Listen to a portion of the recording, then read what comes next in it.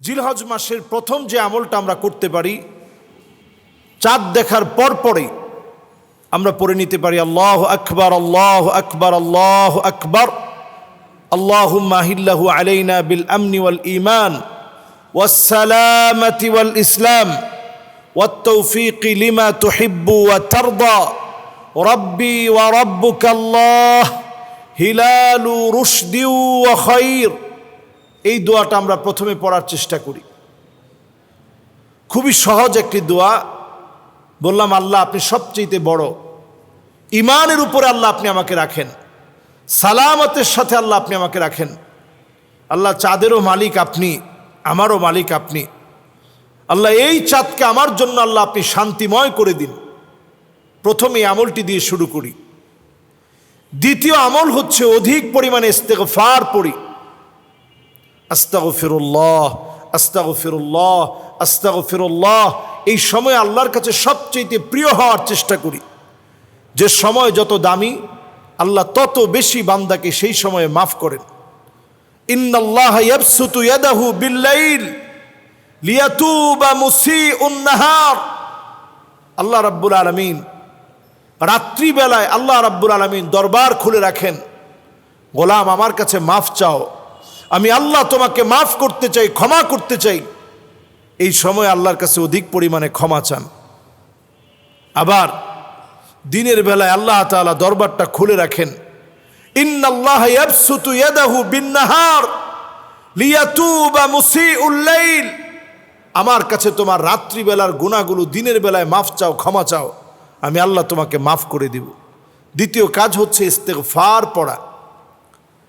তৃতীয় কাজ হচ্ছে ফাকসিরু ফিহিন্না আত-তাহলিল ওয়াত-তাকবীর ওয়াত-তাহমিদ।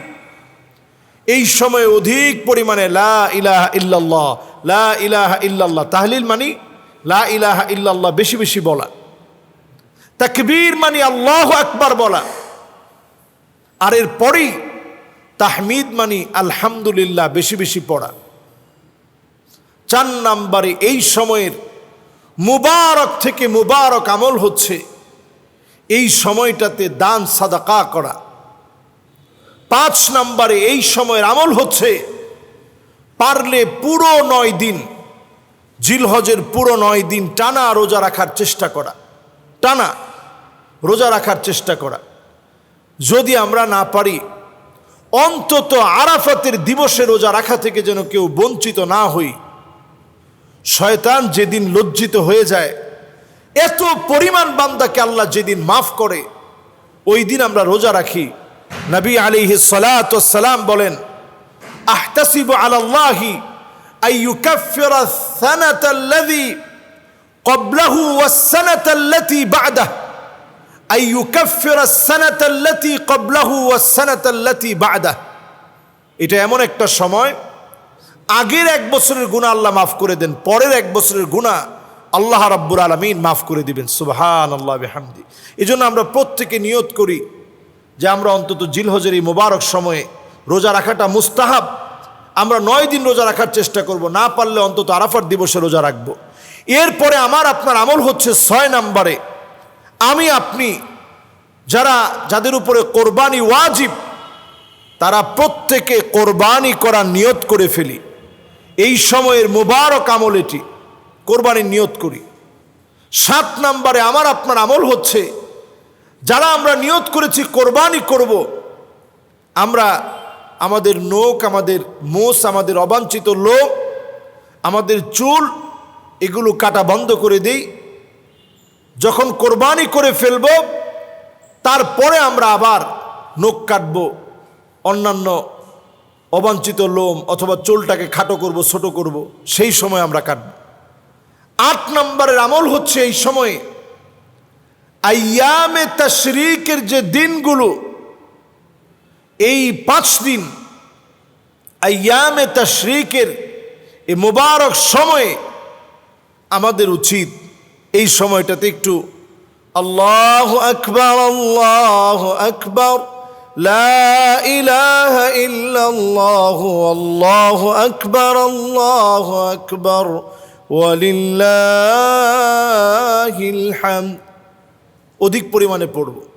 9 নাম্বার, যত রকমের গুনাহ আছে সব গুনাহ থেকে নিজেদেরকে বাঁচানোর চেষ্টা করব, গুনাহের দিকে যাব না। 10 নাম্বার, এই সময়ে সবচেয়ে গুরুত্বপূর্ণ আমলের মধ্যে একটি, মানুষের মুখে হাসি ফোটানোর চেষ্টা করুক, কাউকে ব্যথা না দিয়ে একটু হাসি ফুটাই।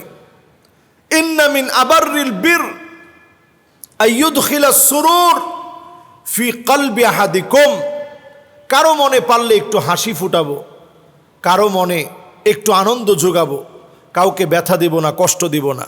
জিলহজের এই মোবারক সময়গুলো আমলের মধ্য দিয়ে কাটাবো, যারা আমরা কাটাতে পারবো। আল্লাহ রাব্বুল আলামিন এই সময়টা নিয়ে কসম করেছেন, ওয়াল ফাজর ওয়া লায়ালিন আশর, এই সময়টা নিয়ে আল্লাহ কসম করেছেন। অত্যন্ত গুরুত্বপূর্ণ সময়। মা মিন আইয়ামিন আহাব্বু ইলাল্লাহ, দিনগুলোর ভিতরে সবচেয়ে প্রিয় হচ্ছে এই দিনে আল্লাহর জন্য ইবাদত করা, এই দিন সমূহে আল্লাহর জন্য ইবাদত বন্দেগী করা, এটা সবচেয়ে আল্লাহর কাছে প্রিয়। এই জন্য এই সময়টাতে অধিক পরিমাণে আল্লাহর জন্য ইবাদত বন্দেগী করি, গুনাহ খাতা থেকে নিজেরা মাফ চাই। আল্লাহ আমাদেরকে কবুল মঞ্জুর করুক। আসসালামু আলাইকুম ওয়া রাহমাতুল্লাহি ওয়া বারাকাতুহু।